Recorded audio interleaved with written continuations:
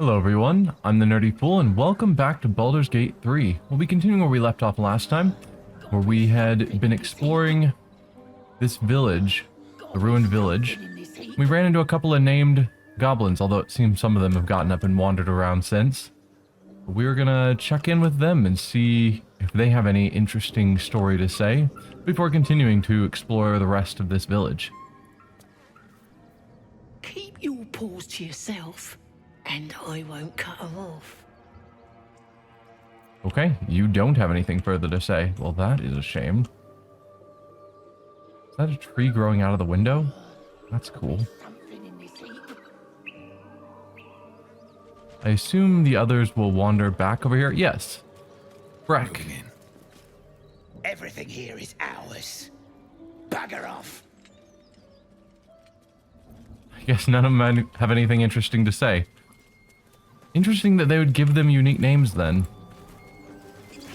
There's the last one. Breck there.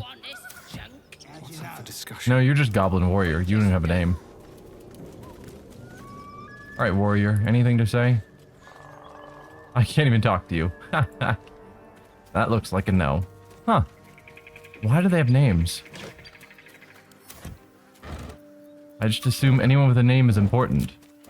Maybe there's some sort of quest later on that references them. What's in here? Ooh, good. More alcohol. Alcohol is great for camp supplies. Hello, skeleton. I assume you are Of use? an undead skeleton rather than just a body, and therefore we can't talk to you. Goblin Warrior, Goblin Sharp Eye. I assume that's not a name. What side are we on? We're on the south side now. There are paths all around here that we can get to and explore. Whoa.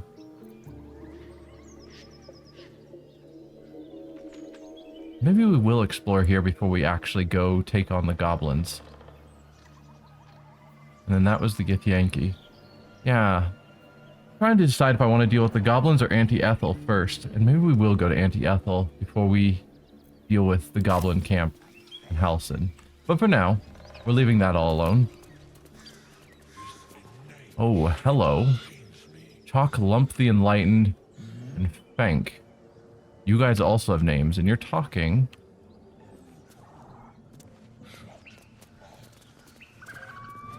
Do I save them for later? I think so, because they look big. Orcs? Ogres. Okay. Ogres and Mark. Passive feature. Damage is increased by a d6. And tenacity. When you miss an attack, you still deal 5 bludgeoning damage anyway. Oh. Yikes. Do they all have all of those abilities? No. So you don't have the tenacity. And the Enlightened does. Yeah, we'll hold off on some of that. Whole supply pack. That's good stuff.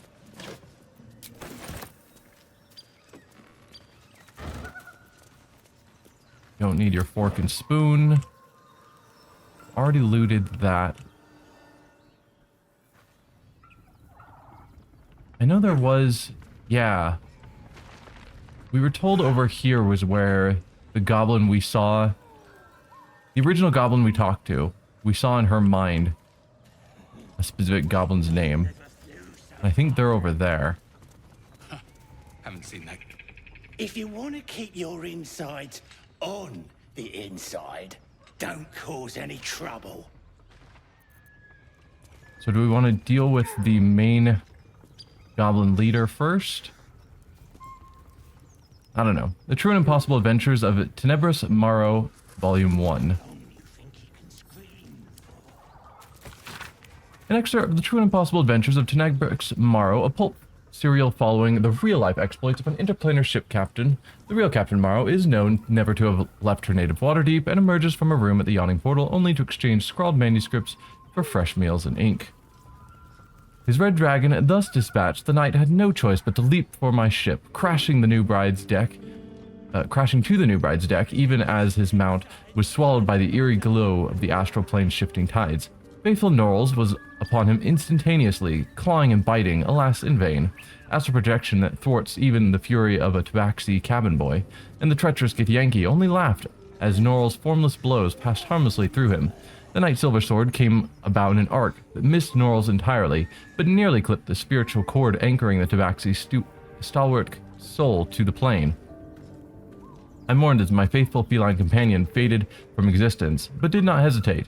The Githyanki only smirked lazily at my charge, anticipating the futile efforts of another bound by the laws of this plane, but that is not, and has never been, Captain Tenebrux Morrow.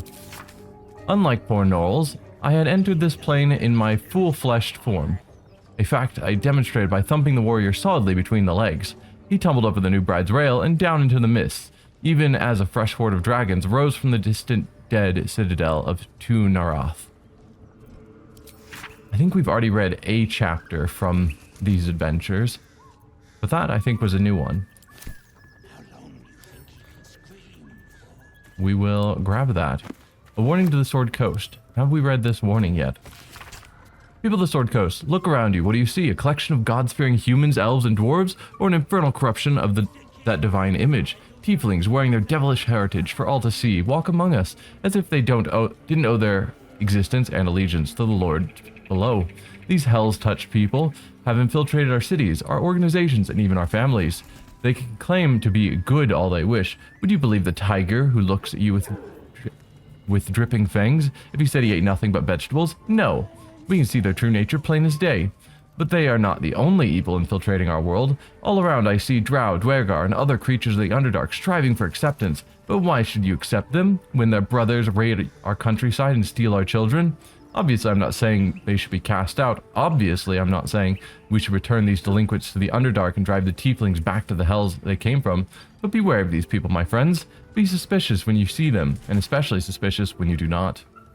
I might have read that one as well, because I vaguely recall commenting on, yeah, the tiger with dripping fangs, comparing that to tieflings. And it's like, well, tiger with dripping fangs obviously hasn't been eating vegetables. It's been eating some form of meat or bloodied something with the dripping fangs. And if I saw a tiefling, say, with dripping fangs, I would not trust them. Tieflings by themselves are fine. Their heritage doesn't necessarily make them evil. Though always being distrusted tends to make them go to crime because it's the only option available to them. Missing poster. Cursed to put my hands on everything. Who was missing 100 years ago? Missing children. Maggie Terrans, Marcus Terrans, Mathan Deach, Rochelle Kirk. 4 children. Interesting. I know of some creatures in D&D lore that are known to steal children. Some of which do live over 100 years and therefore could still be around. We are going to deal with these ogres first, I think. Oh. I didn't intend to interrupt. You are eating an arm. Chicken. No chicken. Tastes like fish. Gentlemen, contain yourselves. This quarrel sours our feast. Besides, tastes like pork. And what surprise is this? Brothers, look here. I have eyed yet another prize. Fortune favors our bellies. Stranger, be you friend or food. The mark is her measure. Show us the brand of the absolute. Interesting. Well, Lump the Enlightened certainly does seem more intelligent than the average ogre. Also, the argument about whether whether human, elf, or whatever meat tastes like chicken, what was it? Chicken, fish, or pork? Sure. You're quite eloquent for an ogre. True. I bear no such brand. Or deception, I'll do you one better. I'm one of the absolute chosen disciples. So our mind flayer parasite that makes us a true soul to their religion organization doesn't give us the brand. Were they actually branded? Or is it a magical effect? Because I assumed we were all more or less the same, but we just... No, because obviously true soul is different than not true soul. I don't know. Apparently we don't have the brand though, because that's not an option to show the brand. We can either just tell them we have no brand, or let them know that we are a true soul. First, you're quite eloquent for an ogre. Am I not astonishing? A robust diet makes for a shrewd mind, you see. I am a gourmand. And you, a delicacy. Unless you bear the mark, of course. Interesting. We could go with the deception. Just avoid the fight altogether by the lie. I'll do you one better. I'm one of the absolute chosen disciples.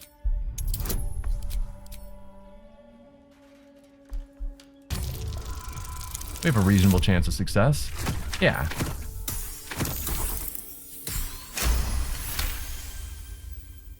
Indeed. How regrettable that your meat must go unsavored. Food? Food. Not food. Friend. Fish are friends, not food. Also, I'm curious what they would think of my meat being dragonborn. Would it be lizard or alligator flavored? Who knows? I noticed you don't bear a brand of your own. Seen a few ogres in these parts. Yeah, I've noticed you don't have a brand. I've no use for the absolute, or any god. I follow two masters only. Gluttony and greed. The goblins understand my appetites. They sate my hunger for gold. And the rest sate my hunger for meat. Boss goblin give gold. We check brand. Good deal. No talk. Huh.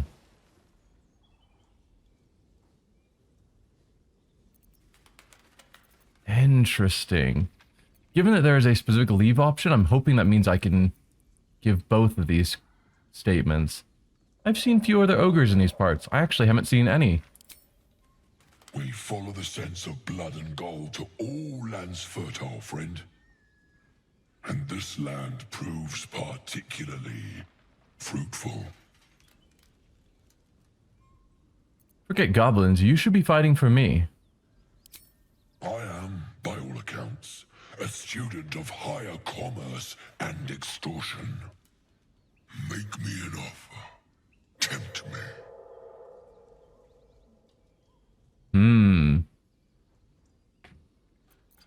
500 gold, if I can call you into battle. 1,000 gold after you fight for me. We have the gold either way. I think last I checked we had over 2,000 gold. I don't really want to put that much down. I'll pay you in the flesh of the fallen. You'll have your fill. Very tempting. Because then I don't have to pay anything. Because if I can get these guys on my side, although I'm guessing I can't just use them all the time. There's probably a limit. But would be useful potentially in a case where I need it. I'll pay you in the flesh of the fallen. You'll have your fill. DC 20. Yikes. We got less than a 50-50 chance here. Maybe. It's possible. Barely matched it with 20. Nice. A brilliant notion, and a boon to my aching belly. We have a deal, my tasty kibble. Take my bone horn. One blow, and the ground will quake with my family name. Use it when the need arises, and never a moment before. Ogre kill everyone around, then Ogre eats them. Well spoken, indeed. Ogre kill everyone around. How? Yeah. I assume we can call them for one fight, but how long do they stick around? If we've got a bunch of fights in a row. Like, say, I'm picturing the Goblin Keep that I imagine we'll be going to soon. If I called the Ogre there, would they help me raid through the entire keep? Or just for one fight, like, take out the guards at the gate of the keep, however big the keep ends up being, and then they would just leave. And so I should save it for maybe a boss fight. I don't know. Anyway, thanks, Lump the Enlightened. We will keep close. When you are ready, sound the horn.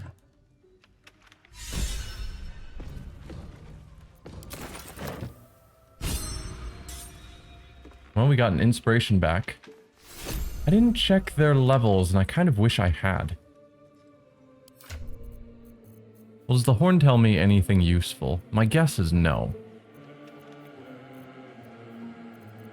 Where? There it is. Lump's war horn. Sound this horn to call Lump's frenzied band of ogres. They will feast on anyone they can get their hands on, but if you've made a deal with them, they will make an effort to spare your party. A simple horn belonging to Lump the Enlightened.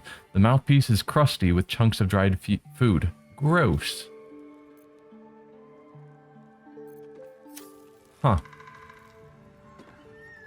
Maybe I'll go back and check what level they were. My guess is not super high level, so I don't want to save that for too long, because I'm sure there'll come a point where they won't be useful anymore when we're going against too high leveled of enemies. Fables of Faerun. 5. The Boy and the Beholder.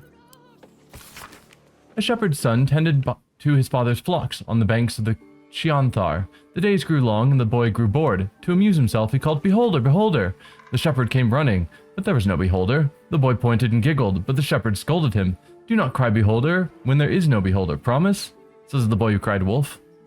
"I promise," said the boy, but the next day was as boring as the last. "Beholder!" the boy cried, and his father rushed to his side. The boy laughed and laughed, but the shepherd only frowned and shook his head. 3 days later, the boy spotted a round figure floating in the distance. It had one giant eye in the middle of its face, a mouth full of pointed teeth, and thin stalks growing from it, each with an eye peeking from the tip. "Beholder, beholder!" he shouted, but no one came. The beholder began to float toward him, and the boy turned and sprinted along the river. He ran and ran until he reached the high bank and could run no more. The boy cried and cowered, bracing for the beholder's deadly ray. Instead, a familiar voice said, "Turn around."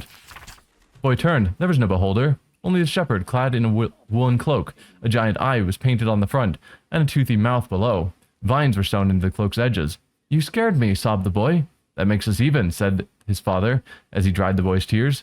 The boy never cried beholder again. Well, that's a happier ending to the boy who cried wolf. Yeah. To have the father trick the son rather than no one turn up and everyone get killed by the wolf. I would assume a story written in this universe would be more gruesome and morbid.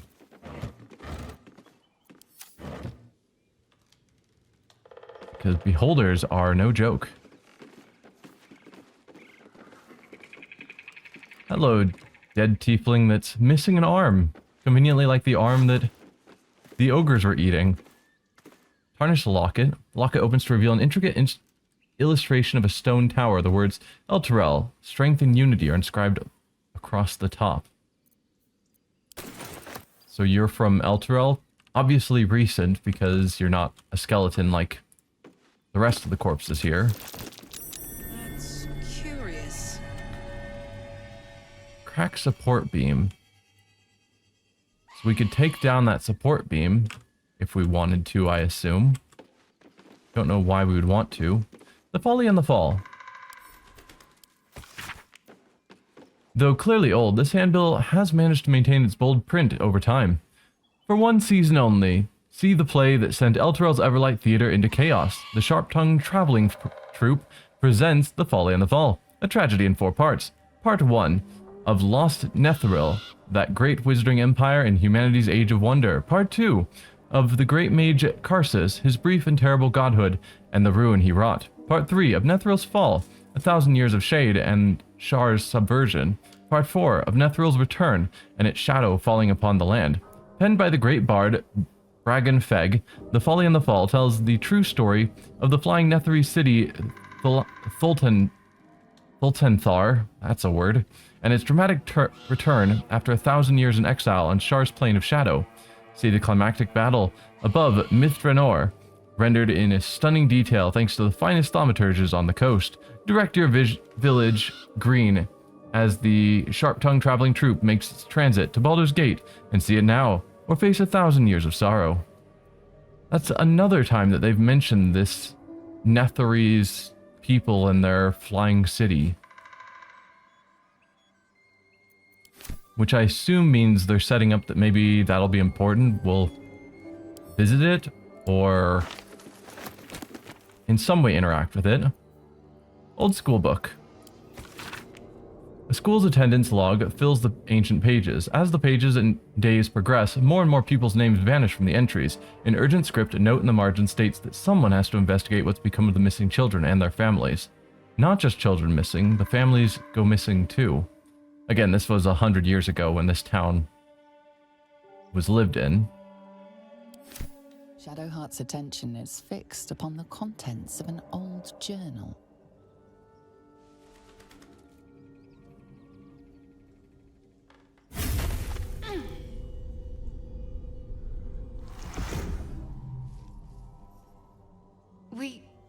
We should keep moving.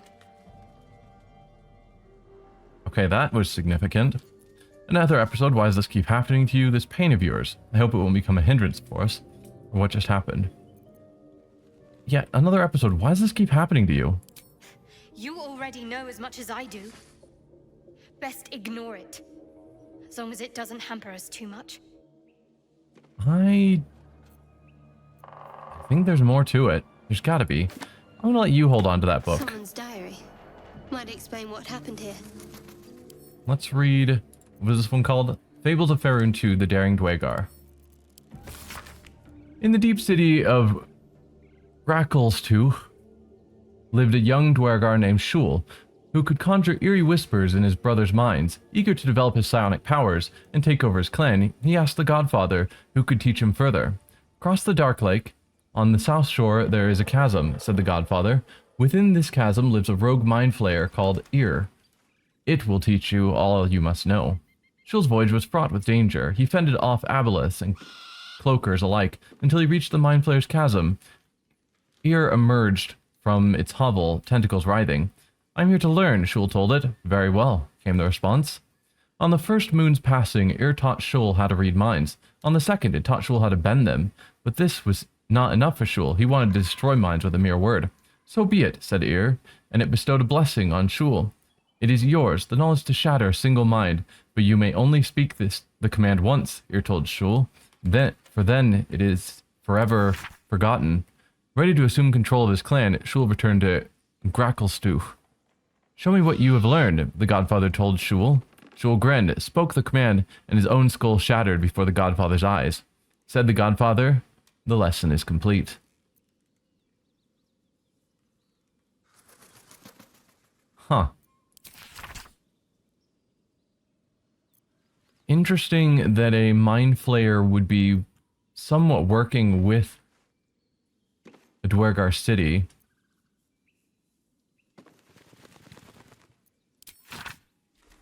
I mean, obviously it's a fable, it said. So, I'm probably reading too much into it. And as always, we're encumbered again. Let's sort by weight. It's this cauldron I didn't mean to pick up. Was that 20 pounds? Yeah. Drop that. Huh. Yeah. Take all that meat for sure, and all of that meat. I will assume all of that meat is real meat and not person or human meat. Even though it's fresh.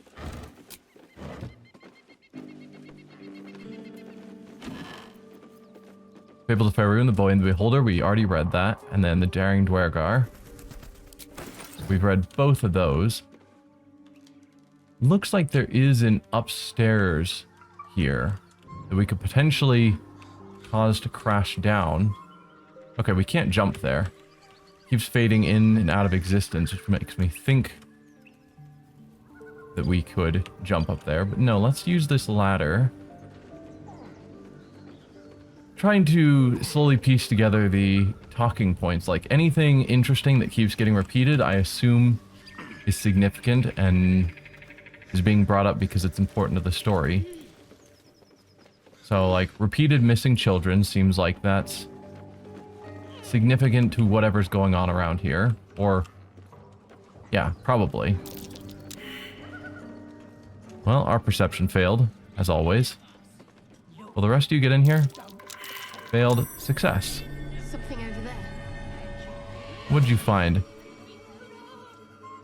Movable floorboards. We've got a child's drawing. Child's depiction of a happy sunlit scene. Can't be read. We'll take it. And a handwritten note. A meticulously written note scented with perfume. After all this time? Dear Flora, happy birthday. I know I finally finished a painting. And not just any painting. Does it look familiar? I'll give you a hint. It involves me getting down on one knee and you making me the happiest woman alive. I'd best go. I hear silence in the classroom next door, and that's never a good sign. Happy birthday, my love, Amanda.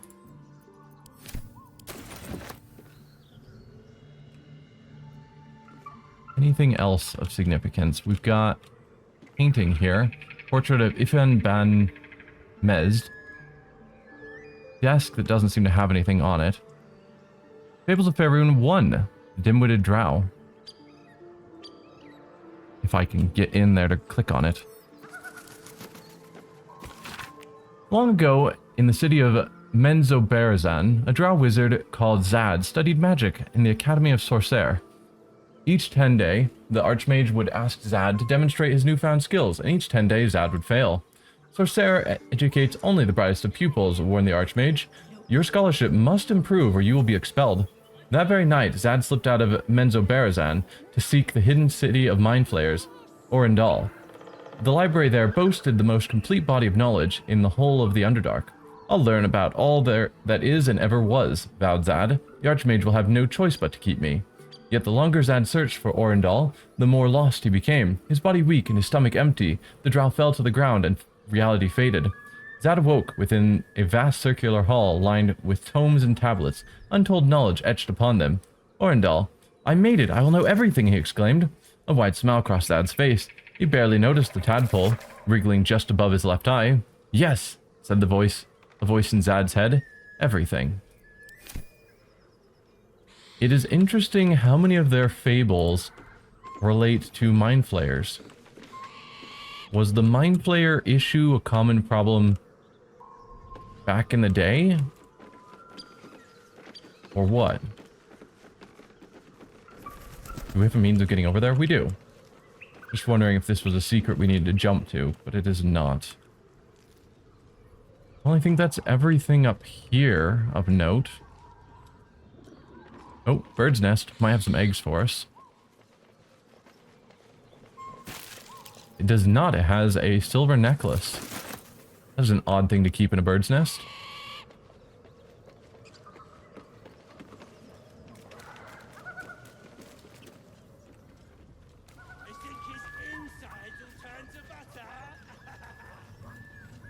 Let's see. All of that has been looted.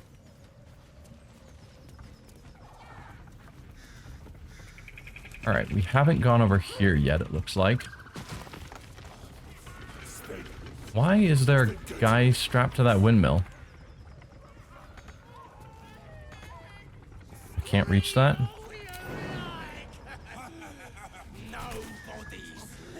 Seriously? Alright, fine.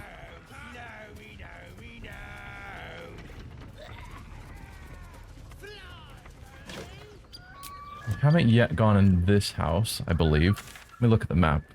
We've gone in both of these. And have we gone in this one? That was the schoolhouse. I don't remember that one. Maybe it was just really tiny.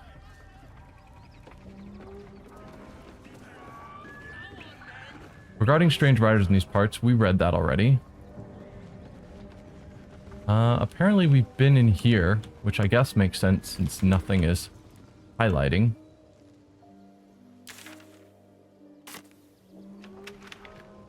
Oh, no, this is the one where we killed the goblin at the very start. I thought that was this one. No, because we came in here, we dealt with both of these, and then that's the school. I'm getting super turned around. Yes, because it was near the south. Okay. So we actually need to head this way, check out that, and then this must be where the windmill is. Kind of wish this map turned with me so it was easier to keep track of where I'm facing.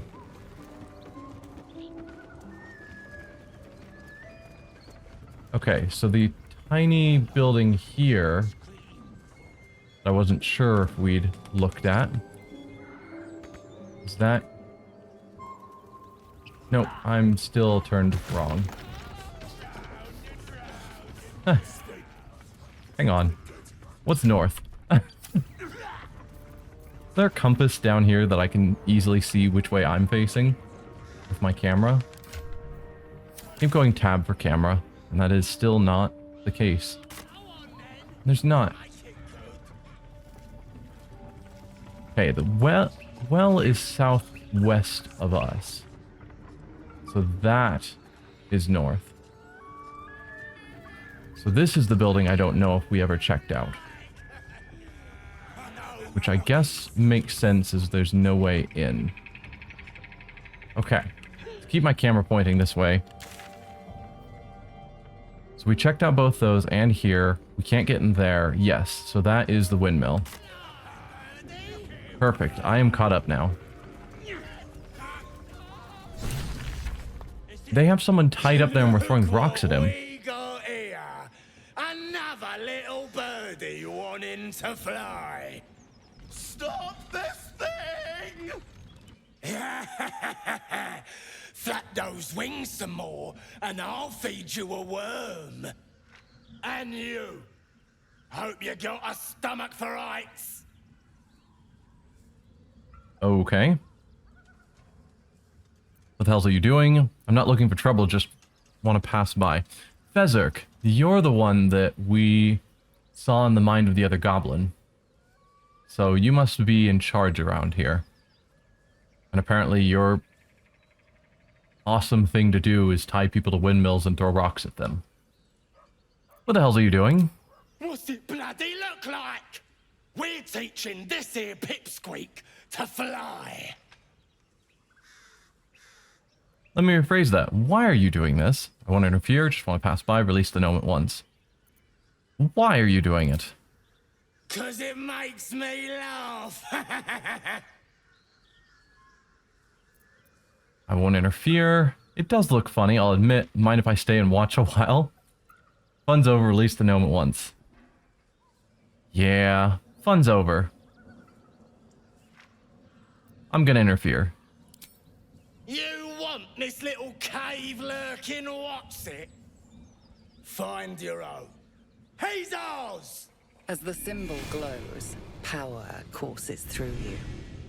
Authority. I have been intending to possibly fight these goblins. Because they're followers of the Absolute, I don't really have a strong desire to keep them alive. Do I want to fight them now, though? So intimidation, I won't let you harm a defenseless being, not without a fight. Persuasion, all of you lot against one deep gnome. You should find a better target. I was thinking he had a grayish skin, therefore he might be a deep gnome.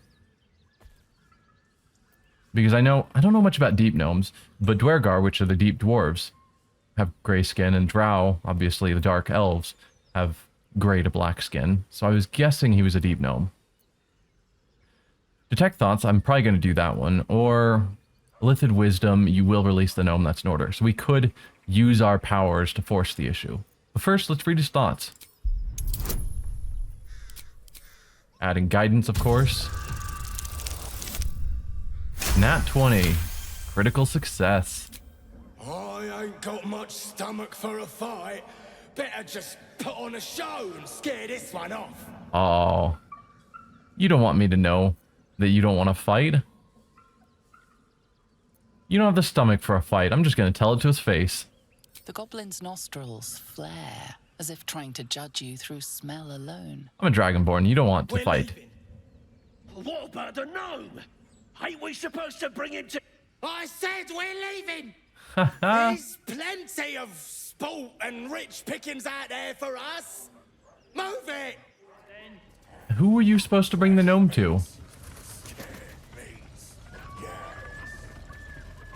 Also, you're all getting to live, which was not my plan.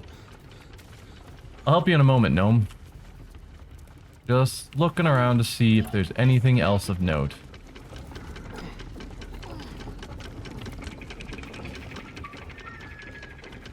Mauled sheep.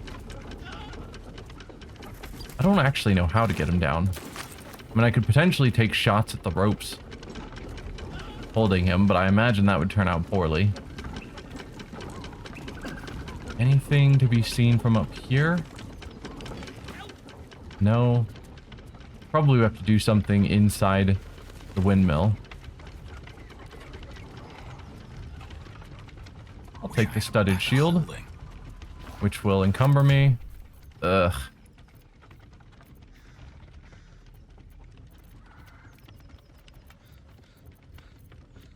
Let's see. No, I accidentally unclicked everything that I was clicking on.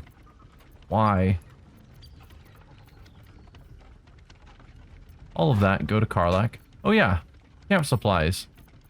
Send all of that to camp. There we go. That's what I need to keep remembering to do. Camp supplies do me no good outside of camp. They just weigh me down.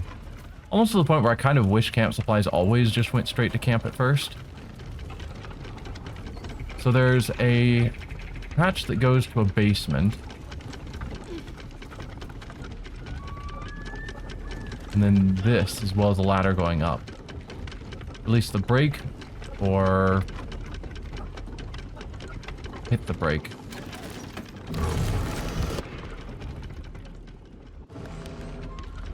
Oh, it started spinning faster, and I was like, oh no, I'm sorry, dude.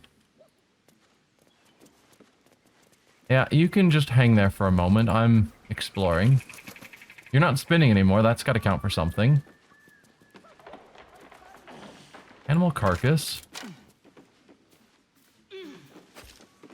Bow, scimitar, spear. Another mauled sheep. Oh, that's the one down there. Just looks like it's up here. Don't need the large bottle. Lots more food. Alright, let's head on down and untie this fellow. If we can figure out how. What are you waiting for? We can talk to him first. Cut me loose! Say please? What's in it for me? Free me and find out! Very well.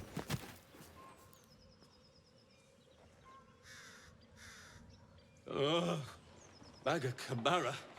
Those pustulant thugs! I was intending to fight them. Get on with it. Whatever you are. Get on with what?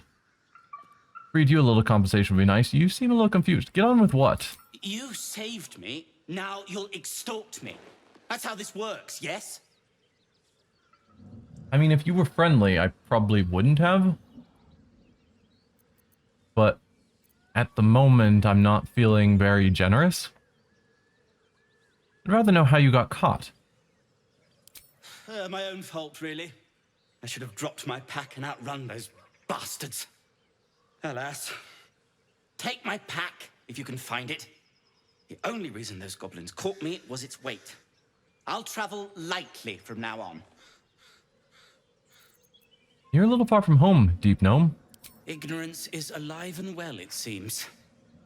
Deep gnomes aren't restricted to the Underdark, you know. I've lived in Baldur's Gate for years. I'm in search of a friend. I fear he's in trouble. See this?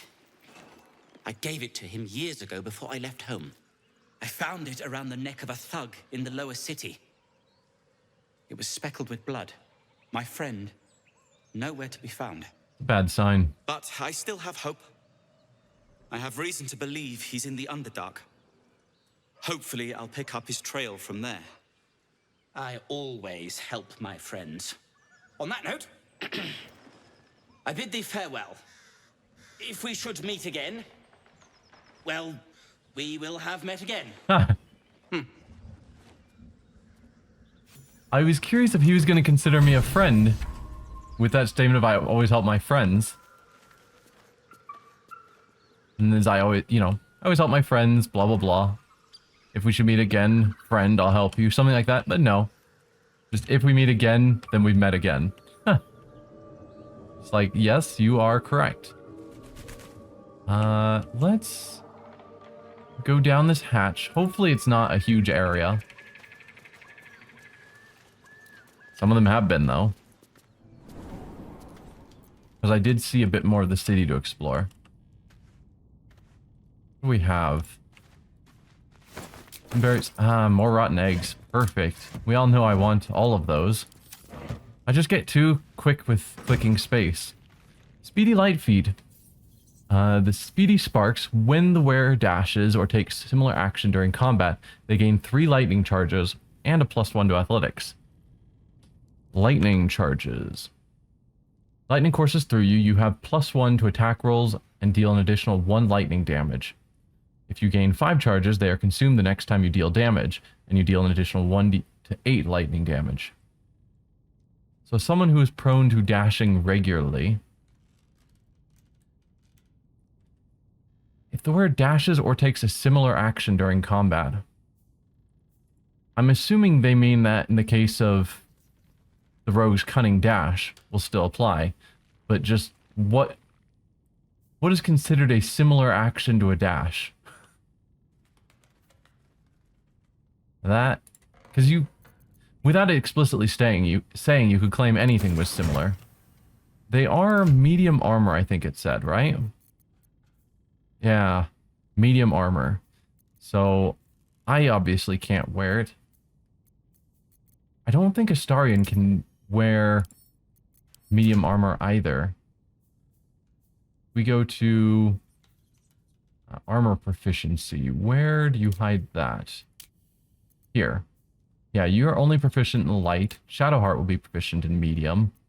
And Karlach, who still doesn't have armor, is also proficient in medium. So Shadowheart or Karlach out of my current party is who I should give it to. Karlach's probably the one more likely to dash. That is definitely a look. I do like that there's a visual change in appearance for wearing armor, because a lot of games don't do that. There's a heavy backpack. I don't know if this was his backpack. Smoke powder satchel, some various foods. It's fresh, so there's a reasonable chance.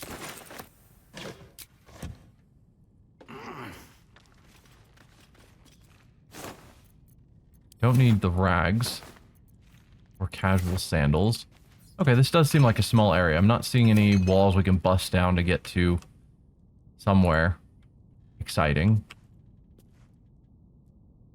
So yeah, it looks like that's all there is to this place.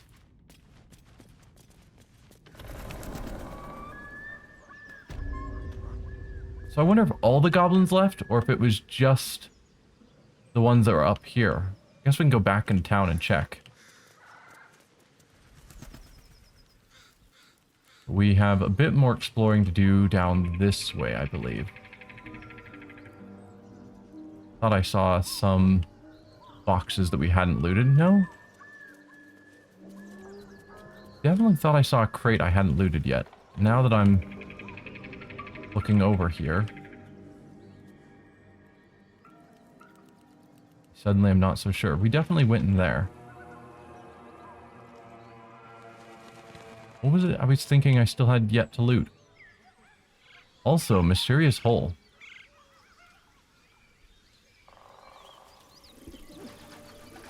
Which side of town am I looking at here? We ping. Okay, so that's the north of the town. Which we have... Keep clicking tab for the map. We have explored the north of the town. But I don't remember checking out that. Wonder if someone buried some treasure.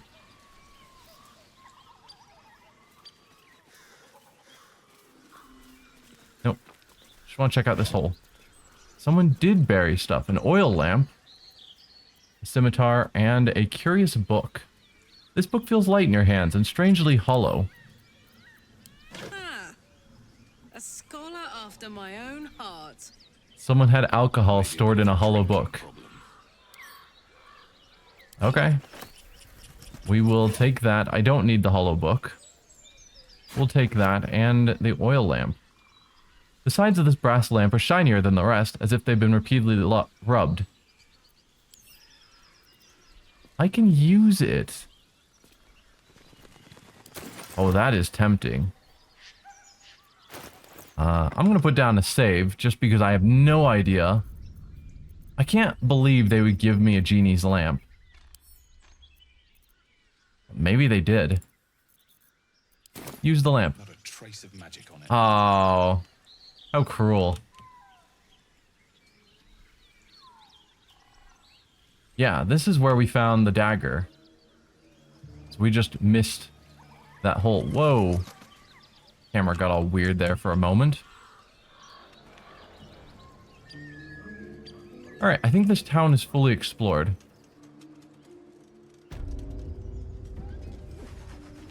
Yep, we're back in the blighted village. No, we haven't explored that barrel. And we didn't get rid of all the goblins. We just got rid of the ones that were up there. So do I want to fight the goblins? It's so tempting. I don't really have a reason to fight them. I just want to fight them because they're goblins.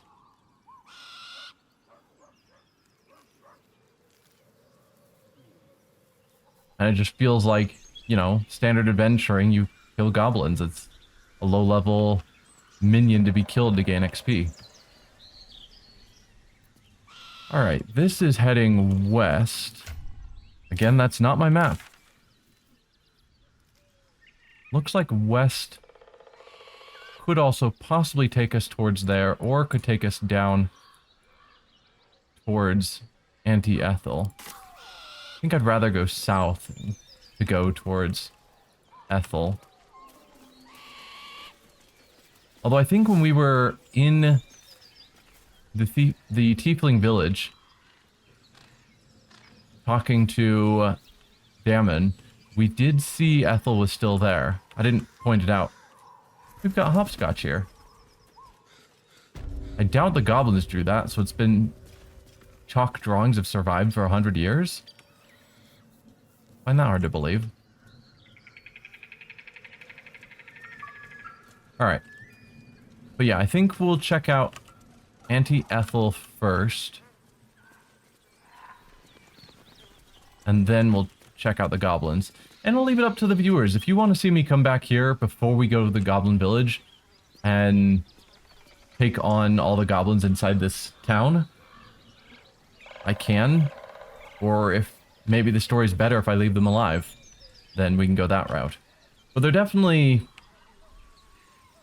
evil. They're followers of the Absolute, so I don't have strong reasons to leave them alive. And they're probably good experience. But with that out of the way, we'll pause here.